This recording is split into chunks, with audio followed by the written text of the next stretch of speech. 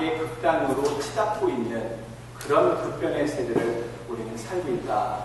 믿는 자로서 아주 심각하게 바라봐야 할 세상에 대한 관점이라 생각이 됩니다. 사는 것, 오늘 제목을 생각해 보시면 사는 것이 사실 참 힘든 일입니다. 사는 것 자체가 생존이다 라고 느껴질 정도로 세상살이가 그렇게 녹록하지 않습니다. 돈벌이 하는 것, 사업하는 것, 정말로 힘들어 일해서 먹고 사는 것 문제만큼도 참 힘겨운 세대에 사는 사람들이 참 많이 우리 주변에 있기 때문이지요. 한국의 작금의 메르스 사태를 통해 많은 안타까운 소식들을 계속 듣고 있습니다. 조국을 위해 기도하고 있고 또 하나님께서 속히 어려운 때를 지나가시기를 긍휼의 손길을 베풀어 주시기를 그렇게 기도하고 있습니다만 그 많은 뉴스와 기사거리 속에 한 단어가 마음에 눈에 들어왔습니다. 각자도생이라는 네 글자가 참 의미 있게 다가왔습니다. 각자도생이란 무슨 뜻입니까? 각자 알아서 스스로 살 수 있는 방법을 도모하라 라고 하는 뜻의 각자도생입니다. 다른 말로 하면 자력분한, 자력갱생 이런 의미로 우리가 이해할 수 있겠지요. 각자 이 어려운 때를 만났다면 누구의 도움도, 심지어 국가의 도움도, 정부의 도움도 더 이상 기대할 필요 없다. 각자 알아서 살 길을 찾아라. 각자 도생이라고 하는 단어가 그 언론 매체에서 그렇게 나오는 걸 보고, 야, 우리가 스스로 살아야 될 길을 강구해야 하는, 찾아야 되는 때구나. 그렇게 사람들도 다 생각하고 있나 보다라고 그렇게 느껴졌습니다. 그런데 오늘 말씀을 준비하면서요, 아무리 각자 도생한다 할지라도, 각자가 알아서 살 길을 찾는다 할지라도 결국엔 하나님께서 도와주시지 않는다면 아무리 자기 혼자 살고자 발버둥 친다 할지라도 살아남는 인생은 하나도 없겠구나 라는 생각이 더 맞다라는 생각이 들었습니다. 우리는요, 특별히 하나님의 사람들은요, 하나님의 도움 없이는 살 수가 없습니다. 잠시 은행에 있는 잔고로 생활을 연명할 수 있고 내가 가지고 있는 건강과 능력으로 내 삶을 영위할 수 있을 것 같은 착각은 있습니다만 하나님의 손길을 한순간 떠나서도요, 우리는 도대체 살 수 없는 존재들이다. 하나님의 그 돌보심이 우리에겐 필요적인 요소이다라는 얘기입니다. 본문을 보시면 5절 말씀에 오늘 하나님이 세상을 바라보고 계십니다. 참 하나님의 마음이 어떠하신지. 5절 말씀, 여호와께서 사람의 죄악이 세상에 가득함과 그의 마음으로 생각하는 모든 계획이 항상 악할 뿐임을 보시고 라고 오늘 5절에 얘기합니다. 보시고 어떤 마음이 드셨습니까? 6절에 바로 하시지요. 지으셨음을, 땅 위에 사람 지으셨음을 한탄하사 마음에 근심하시고 라는 표현을 쓰십니다. 사람을 지으시고서요, 땅을 지으시고서요, 천지를 지으시고서요, 창세기 1장에 보게 되면 하나님이 하신 말씀이 있으십니다. 뭐라고 하셨습니다? 뭐라고 하셨습니까? 좋았더라. 좋았더라. 심히 좋았더라 라고 하나님이 그렇게 기뻐하시고 만족해 하십니다. 그런데 오늘 그 1장이 지나지 않아 얼마 안 됐는데 오늘 창세기 6장 5절에 하나님이 이 땅에 죄악이 가득한 것을 보시고 땅에 사람 지으신 것을 후회하시고 한탄하시다 라고 오늘 얘기하고 계시더라. 창세기 1장 25절, 하나님이 땅의 짐승을 그 종류대로 육축을 그 종류대로 땅에 기는 모든 것을 그 종류대로 만드시니 하나님 보시기에 좋았더라. 1장 31절, 하나님이 그 지으신 모든 것을 보시니 보시기에 심히 좋았더라. 세상을 보시고 하나님이 기뻐하셔야 하는데 오늘 노아의 지경, 이 시대는, 노아가 살던 시대는 하나님의 한숨만 나오는, 한탄함이 느껴지는 시대였다라는 얘기입니다. 여러분 가운데 이런 생각하실지 모르겠습니다. 하나님도 후회하시는 표현을 쓰십니까? 어떻게 절대자가, 완벽한 절대자가 어떻게 이렇게 후회하는 이런 표현이 나올 수 있습니까? 성경의 여러 곳을 보게 되면요, 마치 사람이 어떤 되어진 일을 되게 안타까워하고 또 후회하는 듯한 이런 표현들이 성경에 많이 나옵니다. 하나님이 사람을 보시고 이렇게 하나님의 심정을 표현하는 것이 나옵니다. 신학적 용어로는요, 신인, 하나님과 사람, 동형적 표현, 신인 동형적 표현이라. 그래서 마치 하나님의 심정을 인간 감정에 가장 가까운 것으로 단어로 표현하는 방법, 그것을 성경에는 곳곳에 쓰고 있다는 얘기죠. 사무엘상 15장 11절 말씀 보게 되면 내가 사울을 세워 왕 삼는 것을 후회하노니 라는 표현을 쓰고 계세요. 사울을 왕으로 삼은 것도 하나님이신데, 하나님의 뜻인데 왕을 삼았다는 것을 후회하신다는 것은 하나님 스스로 어폐가 있는 것이 아니냐 이렇게 생각할 것이 아니라 그만큼 하나님이 기대했던 인물에 대해서 마음 상하셨다라고 속상해하시는 그런 인간적인 표현으로 그렇게 하나님의 심정이 나타나 있다라고 이해하셔야 한다. 세상을 보시고 하나님이 참 한탄하시고 근심하셨다. 6절에 나옵니다. 세상을 보시고 그러하셨다면 하나님이 나의 삶을 보시고 하나님이 나의 가정을 보시고 나의 하는 사업을 보시고 하나님이 어떻게 생각하실까? 창세기 1장에 좋다 라는 하나님의 소리가 들렸으면 좋겠습니다.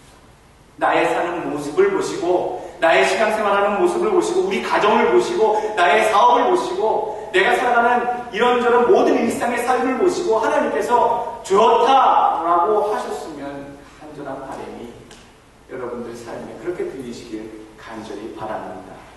우리의 평가가 그렇게 하나님께 되시길 바랍니다. 여러분들 부모님들이 사시다가요 정말로 힘든 일을 만나고 속상한 일을 만나고 또 부부간에 다툼이 있고 그러면 그 부모님들이 가끔 그런 얘기를 합니다. 그 기특한 자녀들을 보고 내가 너 때문에 산다 라는 얘기를 합니다. 어떤 분들은 모르겠습니다. 우리 부모님은 너 때문에 뭐 싹 죽겠어 맨날 이런 표현을 들으셨던 분들도 있겠습니다만 어떤 또 기특한 자녀들은 부모님들이 이런 표현을 씁니다. 너 때문에 너무 힘들고 속상하고 괴로워도 너 때문에 산다. 부모님에게 그런 자녀가 된다는 것 얼마나 기쁜 일이겠습니까? 한탄스러운 세상 중에 하나님의 자녀들을 하나님이 보시면서 이 세상 참 근심스럽고 한탄스럽고 죄악이 관영해도 너 때문에 내가 기쁨이 된다. 위로가 된다. 하나님이 그렇게 여기시는 자가 바로 내가 되고 내 가정이 되시길 다시 한번 주의 이름으로 축원합니다. 오늘 한탄스러운 세상 중에 기쁨을 주는 존재가 있었다라고 얘기합니다. 본문의 주인공이지요. 노아입니다. 노아. 6절, 오늘 8절 말씀 보게 되면 그러나 노아는 하나님께 은혜를 입었더라.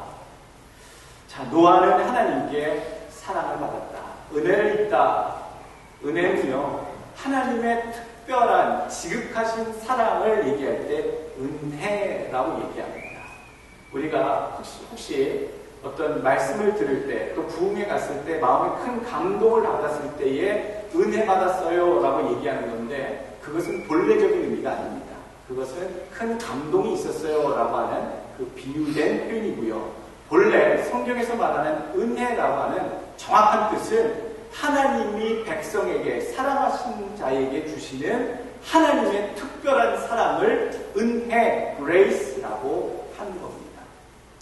하나님의 은혜를 노아가 입었다라고 얘기를 오늘 얘기해 주고 있습니다. 급변하는 세대, 멸망의 시대에 노아는 어떻게 살아남았는가? 어떤 생존의 비결이 있었는가? 그 시대를 우리가 다시 한번 살펴봐야 합니다. 오늘 5절 말씀 뭐가 가득했습니까? 죄악이 가득했다라고 얘기하고 있습니다. 이 죄악이 가득하다라고 하는 것은요, 양적 부패함이 극에 달았다. 죄악의 부패함이 양쪽으로 끝에 달았다는 얘기고요.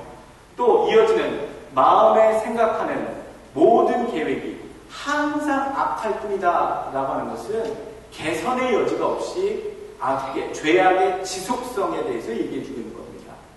계속적으로 개선의 여지가 없을 정도로 지속적으로 끝이 없이 악이 행해진다라고 하는 표현이 모든 계획이 항상 악할 뿐임을 그렇게 오늘 성경은 표현하고 있다는 것이죠. 또 그 당시에 악이 얼마나 아주 심각했는지에 대해서는 11절에 또 표현해주고 있습니다.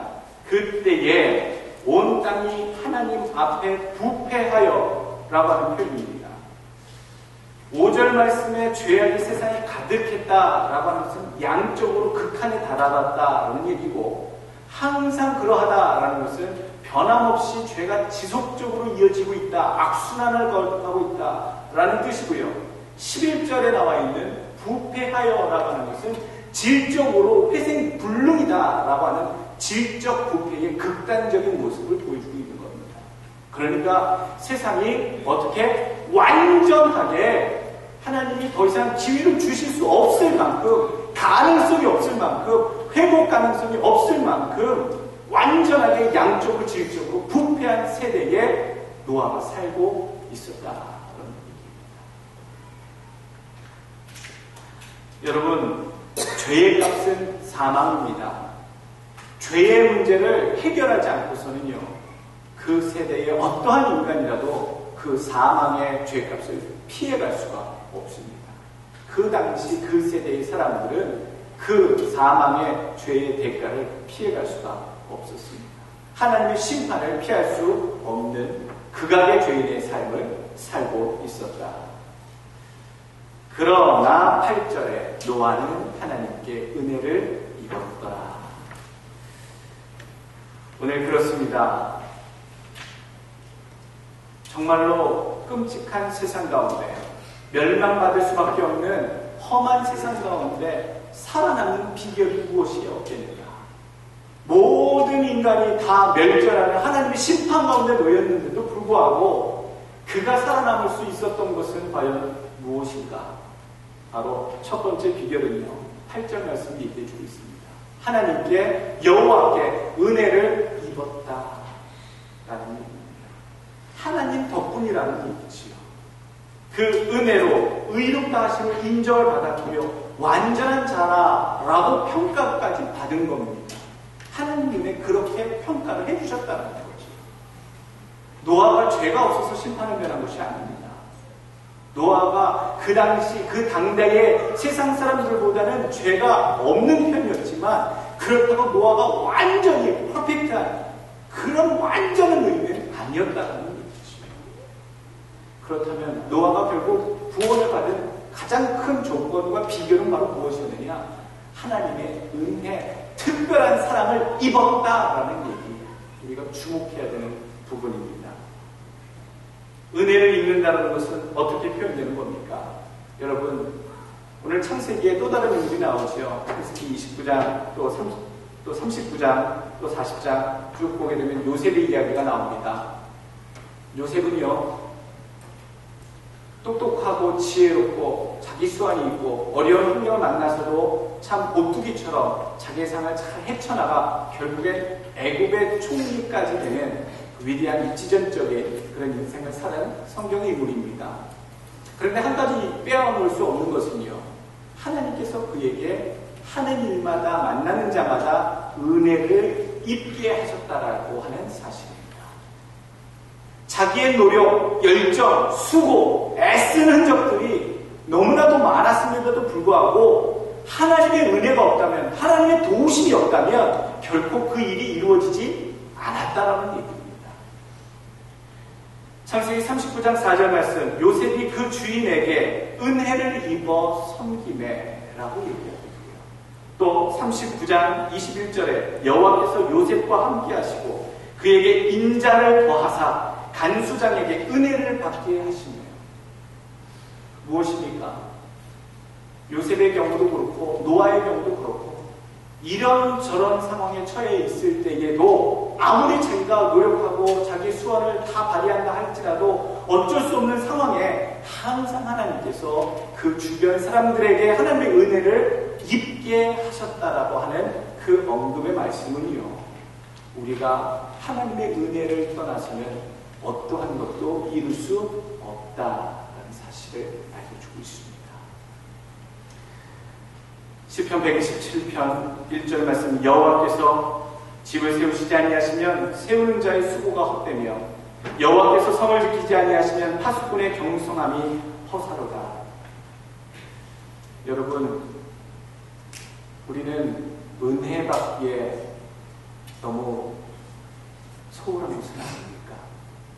하나님의 특별한 사랑을 받는 것, 그 갈망하는 것, 우리가 너무 간과하고 있는 것은 아닙니까? 나의 능력과 나의 학식과 나의 가지고 있는 어떤 재량으로 충분히 내 삶을 영위해 나가고 내 삶의 목표를 이룰 수 있을 것 같다라고 하는 가능성 때문에 우리가 너무 하나님 앞에 받아야 할, 인도받아야 할 그 은혜를 저버리고 있는 것은 아닙니까? 그런 착각 속에 있는 것은 아니겠습니까?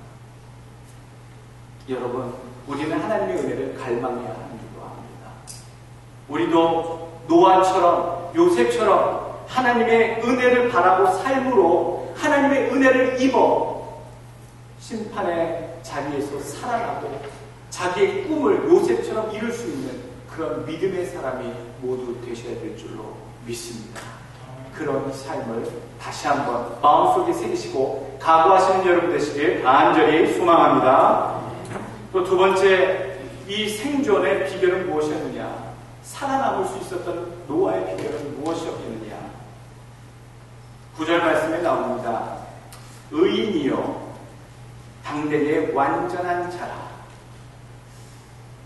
아까 하나님의 은혜를 입어서 구원받았다, 하나님의 은혜 때문에 생존했다라고 첫 번째 비결을 우리가 배웠는데, 거기에 비해서 의인이다, 완전한 자였다라고 하는 얘기는 조금 어폐가 있을지 모르겠습니다.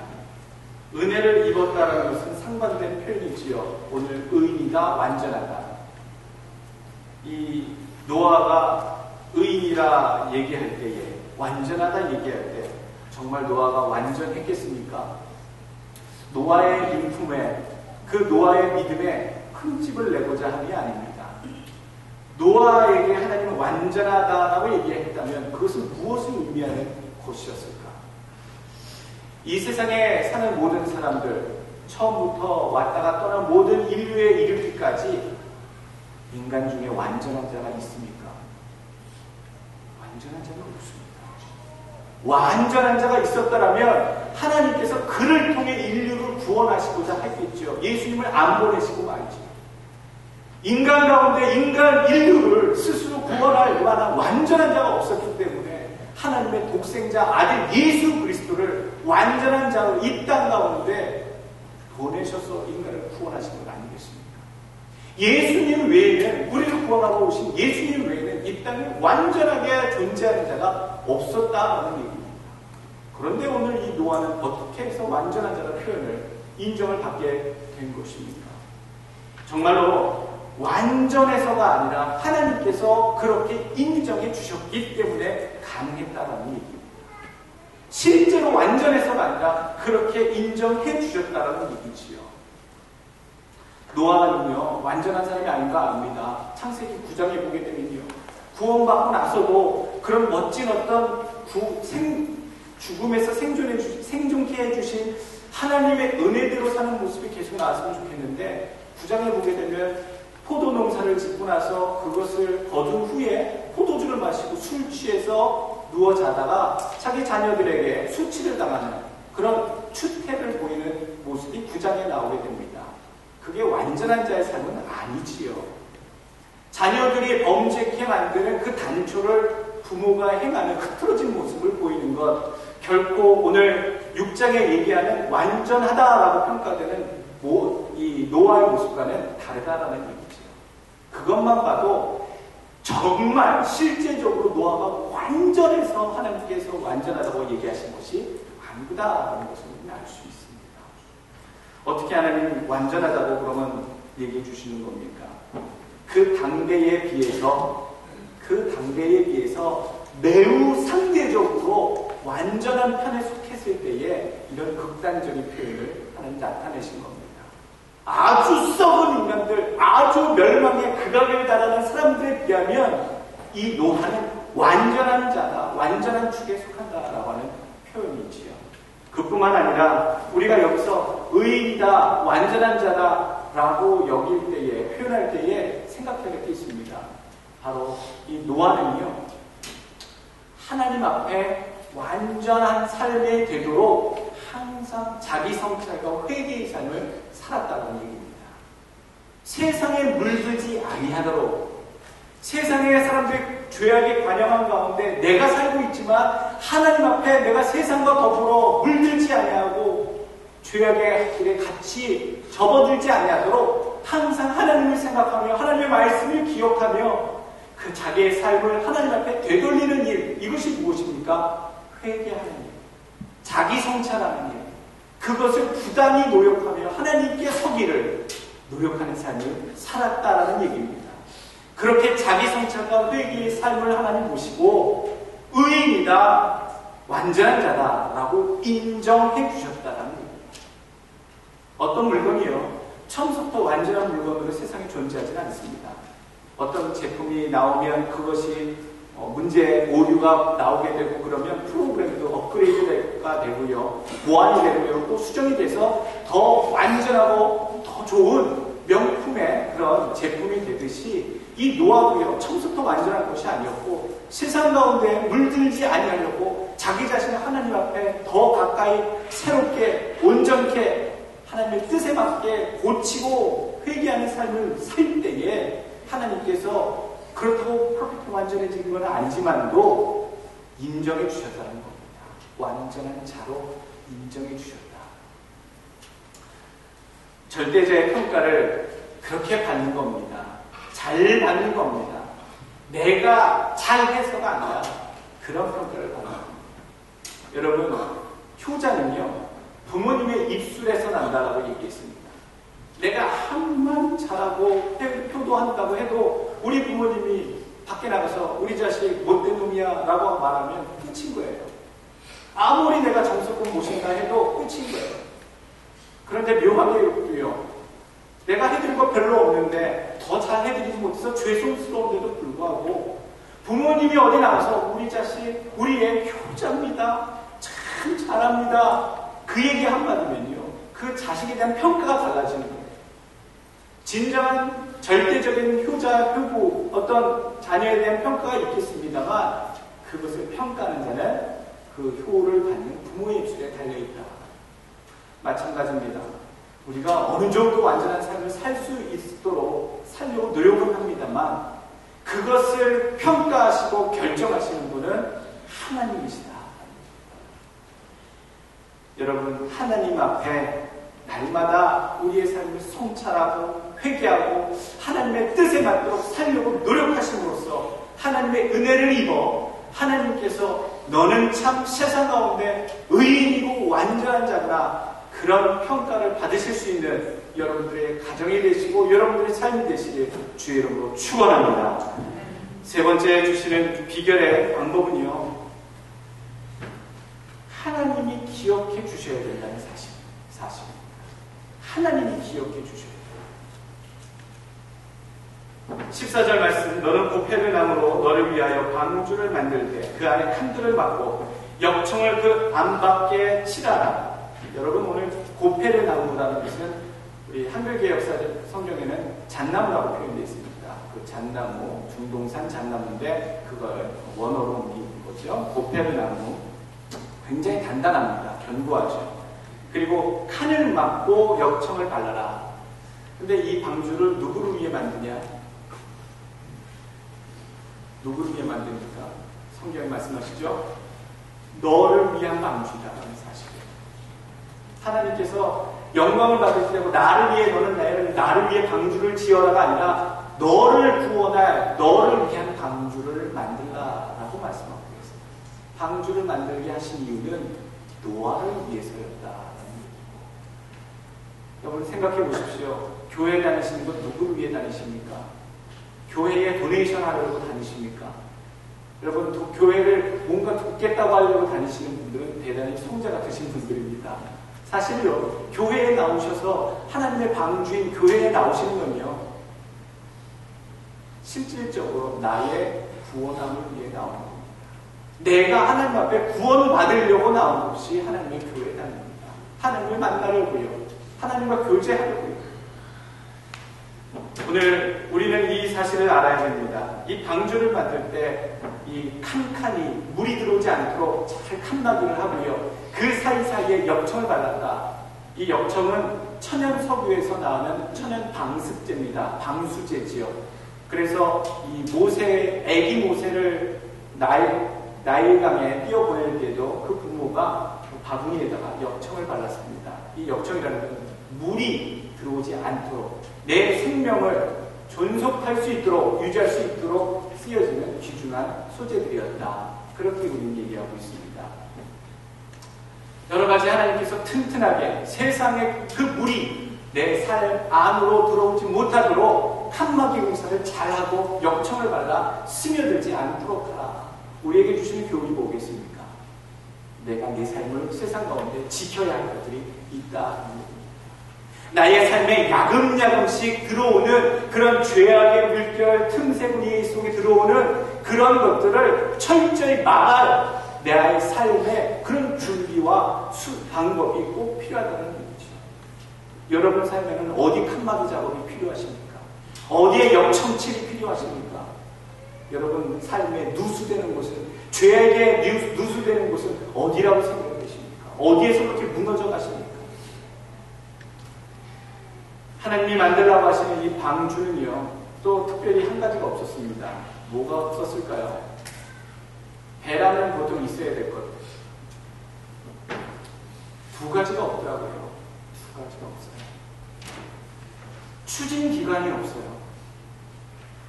엔진과 모터도 없고요. 그냥 잔뜩 실을 수만 있게 그렇게 말씀하시고, 또 결정적으로 뭡니까?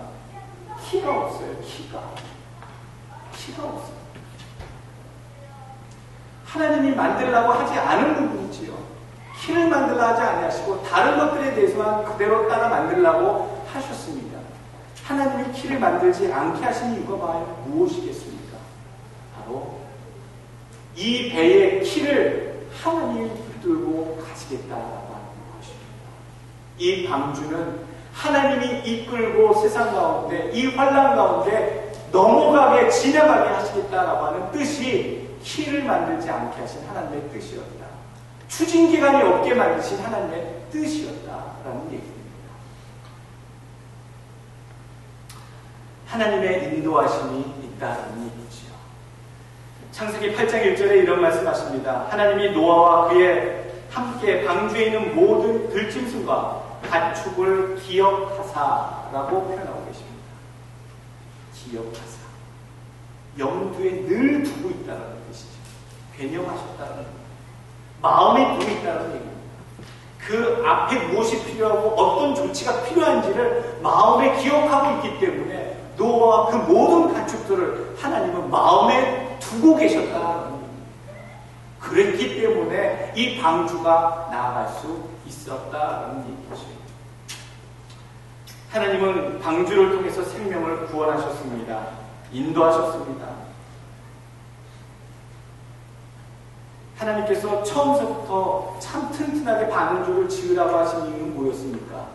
그냥 어쨌거나 물에만 뜨게끔 만들어라가 아니라 잣나무로 그렇게 튼튼히 꼼꼼히 만들라 하신 이유는요, 장차 하나님이 펼치실 세상의 죄악을 심판하실 때에 능히 견뎌내야 할 40주야가 비가 내리고 하늘의 창문이 열려 쏟아지고 깊음의 샘이 터져서 지각변동이 나서 끌어오를 때에 능히 견디고 버틸 수 있을 만한, 그리고 1년 10일 동안 바다 위에 떠 있을 만큼의 튼튼한 배를 하나님이 우리를 위하여 지으라고 하신 겁니다. 하나님의 그런 돌보심, 하나님의 그런 배려하심이, 깊은 생각하심이 노아에게 분명히 있었다라는 얘기입니다. 하나님의 오늘 8장 1절에 기억하셨다라고 하는 것은요, 하나님이 돌보셨다라는 얘기입니다. 방주가 생명의 보금자리가 될 수 있었던 것은요, 하나님께서 일일이 다 돌보셨기 때문에 가능한 일이었다는 겁니다. 방주는 있는데 하나님이 돌보시지 아니하셨다면, 하나님이 기자비가 되어서 인도하시지 않으셨다면, 이끄시지 않으셨다면요, 방주는 또 하나의 떠다니는 감옥이 됐을 뿐이다라는 얘기입니다. 우리가 생각해 봅시다. 내가 가지고 있는 모든 재료를 동원해서 내 나름대로 내 삶을 막을 수 있는 칸막이를 만들고, 또 그것을 실현하지 않도록 방수 처리를 하고, 내가 든든히 어떤 방주와 같은 내 수단과 방법의 것을 다 동원해서 만든다 할지라도요, 그것이 물질이 됐든 내 능력이 됐든 내가 가지고 있는 모든 수단을 통해 만들었다 하더라도요, 그 안에 있는 나를, 우리 가족을 하나님께서 돌보지 아니하시면 우리는 내가 만든 그 터 안에 또 고립된 자로 남아있게 된다라는 사실, 우리가 잊으시면 안 될 줄 압니다. 하나님이 기억하는 사람이 되셔야 합니다. 하나님이 늘 염두에 두고 계시는 사람이 되어야 합니다. 그 사람이 하는 모든 일 가운데 하나님의 돌보심이 나타나는 사람이 되셔야 합니다. 여러분, 그런 사람들이 모두 되시길 주의 이름으로 축원합니다. 오늘 마지막 주시는 비결입니다. 오늘 뒤에 보게 되면 오늘 9절 말씀, 그는 하나님과 동행하였으며 라고 표현하고 있습니다. 동행하다라고 하는 표현, 마태복음 24장 38절과 39절 보게 되면 홍수 때에 예수님이 하신 말씀입니다. 홍수 때에 홍수 전에 노아가 방주에 들어가던 날까지 세상 사람들은 먹고 마시고 장가가고 시집가는 일에 저들의 멸망의 날을 깨닫지 못했다라고 주님께서 말씀하십니다. 예수님이 오셔서 바라보셨던 그 당시, 그리고 노아가 살던 그 당시 차이점은 무엇이었느냐?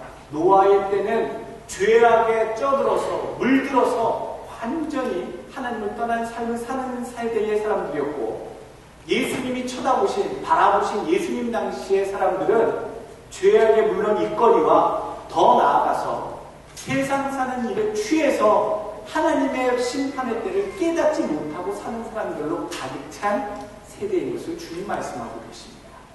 멸망하는 그날까지 세상 사람들이 장가가고 시집가고 먹고 마시는 일에 취해서 그 마지막 때를 깨닫지 못하고 있다라고 하신 말씀. 노아의 때를 견주어서 말씀하신 예수님의 의도가 무엇입니까? 멸망의 때, 그 멸망의 때를 맞이하는 사람들은 죄악에 쪄들어 있는 것과 뿐만 아니라 세상에 빠져 살고 있는 때를 동시에 살고 있다라는 얘기입니다. 일상의 삶에 취해서 육체의 삶을, 육의 삶을 살고 있다. 여러분, 주님께서 말씀하시는 것 무엇입니까? 깨어 있으라 라고 얘기하십니다. 깨어 있으라. 깨어 있으라. 살아남는 비결은요, 죽게 된 세상살이 가운데 잠자고 있는 삶이 아니라, 영적으로 잠자고 있는 삶이 아니라 깨어있는 삶이 되어야 한다는 얘기입니다. 영성에 대한 이야기를 하고 있는 겁니다. 제일 중요한 것이 영성입니다. 나의 영성은 무엇인가? 주일날 나와서 예배드리고 찬양을 열심히 하고 감동적인 기도를 드리는 것도 어떤 영성의 한 모습으로 나타나는 것이겠지요.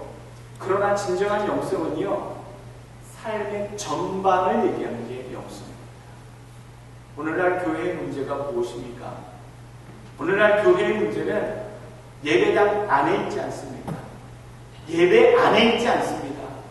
주일날 있지 않습니다. 월요일부터 토요일날 세상에 나가 있는 성도들이 가지고 있는 문제가 이 세상에 살고 있는 그리스도인의 문제입니다. 이것이 큰 문제라는 얘기지요. 밖에서의 문제입니다. 내가 영적인 삶을 살고 있는가?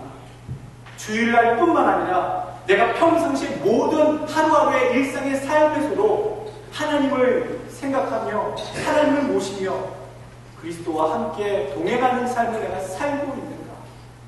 오늘 구원받은 비결은 바로 하나님과 동행하는 삶이었다라고 본문은 얘기해주고 있습니다.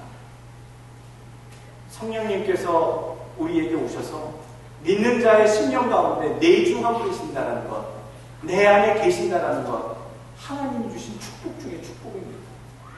이 별볼일 없는 존재들 가운데 그 거룩하시고 신령하신 하나님의 영이, 그리스도의 영이 우리의 마음 가운데, 우리 심 중에 임재하셔서 나를 주장하고 계신다는 것, 얼마나 놀라운 일입니까? 그래서 오늘 9절 말씀에 노아가 하나님과 동행하였다라는 얘기는요, 다른 말로 얘기하면 성령님과 내 삶을 같이 공유하고 행동한다라는 말과 똑같은 겁니다. 성령의 뜻대로, 하나님의 뜻대로 내가 하루하루를 살아가는 것, 이것이 9절 말씀에 하나님과 동행하는 자의 삶이었다. 이것이 세상에서 살아남는 생존의 비결이었다. 지난 한 주간에도 성령님과 동행하셨습니까? 잊고 사셨습니까? 세상에 취해 사셨습니까? 돈벌이에 빠져 계셨습니까? 내가 좋아하는 일에 빠져서 하나님에 대해서 전혀 생각하지 않고 내 편한 대로, 내 마음대로 사셨습니까? 성령님과 동행하는 삶은 무엇이다? 한 가지 힌트를 드릴게요. 내가 월요일서부터 토요일까지, 주일날은 교회 오니까 늘 하나님 얘기, 하나님 말씀, 이렇게 직간접적으로 듣습니다만, 내가 스스로 하나님에 대해서 동행하는 삶을 살려고 노력하시겠다라면 한 가지 힌트를 놓치지 마십시오.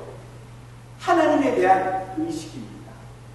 내 안에, 내 순간에, 내 일상에, 아침부터 저녁까지 나와 함께 하신, 나를 바라보고 계신, 내 곁에 계신 하나님을 늘 의식하는 겁니다. 인생을 살아갈 때 언제 실수합니까? 우리가 살아오면서 실수를 안 했으면 좋겠습니다만 어쩌다가 하는 실수가 있더라고요.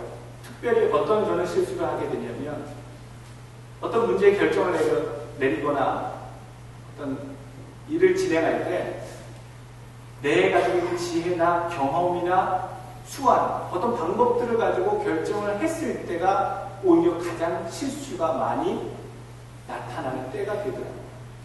그것을 놓고 기도했어야 되는데, 그것을 놓고 하나님의 지혜가 무엇이고, 하나님이 언제 그 타이밍에 하길 원하시고, 어떤 방법을 하길 원하시는지 묻지 않고, 그분에게 의뢰하지 않고, 내 나름대로 이건 내가 알지라고 결정했던 순간들을 지나고 보면 결국엔 그게 잘 되지 않고, 결국에 하나님의 영광을 가려진 때가 많이 있었다는 걸 전 기억합니다.